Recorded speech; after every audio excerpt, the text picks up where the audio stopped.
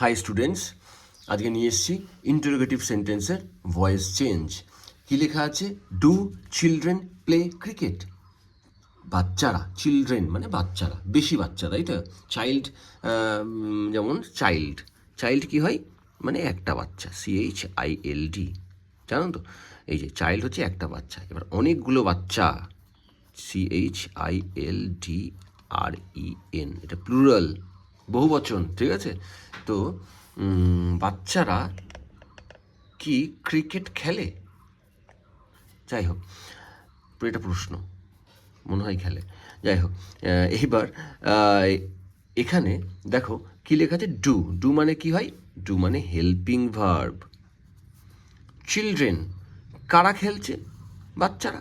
তাই চিলড্রেনটা কি সাবজেক্ট, ঠিক আছে? বাচ্চারা কি কাজ করছে? Main verb. এবার প্রশ্ন করো, মেন ভার্বকে কি বা কাকে দিয়ে, তাই তো? কী দিয়ে প্রশ্ন করো? ডু চিলড্রেন প্লে, বাচ্চারা কি খেলে? বাচ্চারা কি খেলে? বাচ্চারা কি খেলে? ক্রিকেট। অ্যান্সার হচ্ছে ক্রিকেট, অবজেক্ট। বোঝা গেল? পারলাম? এই দেখো, ঠিক আছে? তাহলে আমরা subject, helping verb, main verb, object বার করে নিলাম। এইবার হচ্ছে আমাদের প্রথম নিয়ম যে কী করে আমরা ভয়েস চেঞ্জটা করবো। অনেকেই কিন্তু খুব কঠিন লাগে এই ভয়েস চেঞ্জ। যাই হোক, কী করে আমরা এই ভয়েস চেঞ্জ করব? দেখো, ফার্স্টেই আমাদের যেহেতু দেওয়া আছে হেল্পিং ভার্ব, তাই তো?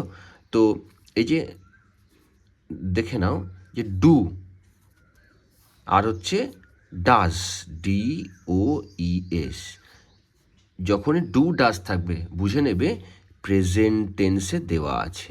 কি বললাম? প্রেজেন্ট টেন্স, প্রেজেন্টে দেওয়া আছে, ঠিক আছে?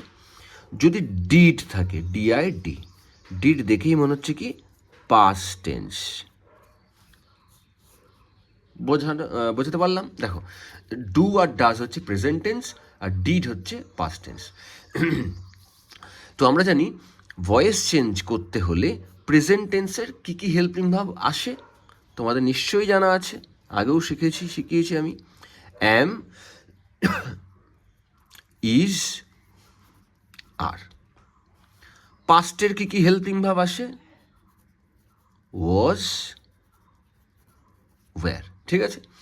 তাহলে আমরা এখন কোশ্চেনে কি দেখতে পাচ্ছি? ডু। ডু মানে কি হচ্ছে? এটা প্রেজেন্ট টেন্স। প্রেজেন্টে তাহলে হেল্পিং ভার্ব কী কী আসছে? অ্যাম পাচ্ছি, ইজ পাচ্ছি, আর পাচ্ছি। তাহলে এখানে কোনটা বসাবো? ফার্স্টেই কিন্তু আমাদের, আচ্ছা একটা জিনিস মনে করে দিই, আমাদের প্রথম নিয়ম মানে এই যখনই আমরা ইন্টারোগেটিভ ভয়েস চেঞ্জ, ইন্টারোগেটিভ প্রশ্নবোধক যেই ভয়েস চেঞ্জ করতে যাব, তখনই আমাদের প্রথম নিয়ম হচ্ছে কি হেল্পিং ভার্ব আনতে হবে, ঠিক আছে? হেল্পিং ভার্ব আনতে হবে। এবার তো হেল্পিং ভার্ব আনবো কি দেখে? অবশ্যই অবজেক্ট দেখে, কারণ এটাই আমাদের এখানে এসে বসাতে হবে, ঠিক আছে? সবসময় হেল্পিং ভার্ব ফার্স্টে বসবে, কিন্তু হেল্পিং ভার্বটা আনবো কি দেখে? আনবো অবজেক্ট দেখে আনবো, ঠিক আছে? তাহলে এখানে অবজেক্ট কি? ক্রিকেট, একটা খেলা। কটা খেলা? ক্রিকেটকে অনেকগুলো খেলা না, একটা মাত্র খেলা। তাই জন্য এখানে কি হবে? এখানে এক বচন, সিঙ্গুলার। তাহলে সিঙ্গুলার ভার্ব কোনটা? অ্যাম, ইজ, আর এর মধ্যে ইজ হচ্ছে সিঙ্গুলার, তাই তো? তাহলে আমরা লিখবো এখানে কি? ইজ, ঠিক আছে? লিখলাম। এইবার তারপরে কি আনবো? অবজেক্ট। 2 নম্বর নিয়ম কি আসবে? অবজেক্ট আসবে, OBJ, অবজেক্ট আনতে হবে। অবজেক্ট কি আছে? ক্রিকেট। তাহলে ইজ ক্রিকেট, ঠিক আছে? এইবার আনবো আমরা 3 নম্বর নিয়মে আসবে ভার্বের থার্ড ফর্ম। কি বললাম? ফার্স্টে হচ্ছে হেল্পিং ভার্ব, যেহেতু প্রশ্নবোধক বাক্য, ফার্স্টে হেল্পিং ভার্বই আসবে, তারপরে অবজেক্ট আসবে, তারপরে কি আসবে? V3, ভার্বের থার্ড ফর্ম, যেটা প্যাসিভ ভয়েস করতে গেলে অবশ্যই ম্যান্ডেটারি। তো প্রেজেন্ট টেন্সে কি হয়? খেলা করা, প্লে, PLAY, প্লে। পাস্ট টেন্সে কি হয়? Played, PLYED, played. থার্ড ফর্মও কিন্তু কি হয়? প্লেড, PLYED, প্লেড, ঠিক আছে? এটা বুঝতে পেরেছ? এটা খুব ইজি, প্লে, প্লেড, প্লেড, ঠিক আছে? তো তাহলে এখানে কোনটা হবে? ভার্বের থার্ড ফর্ম, মানে প্লেডটাকে আমাকে লিখতে হবে এই ঘরে, PLYED, PLAYED, ঠিক আছে? তাহলে is cricket played, is cricket played, এইটুকু আমরা পেলাম। 4 নম্বর নিয়ম কি আসবে? বাই। 5 নম্বর নিয়ম কি আসবে?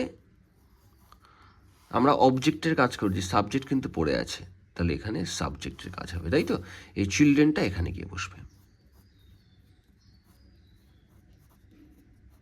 আর একটা জিনিস ম্যান্ডেটারি, এই যে প্রশ্নবোধক চিহ্ন question mark must be placed here at last, ঠিক আছে?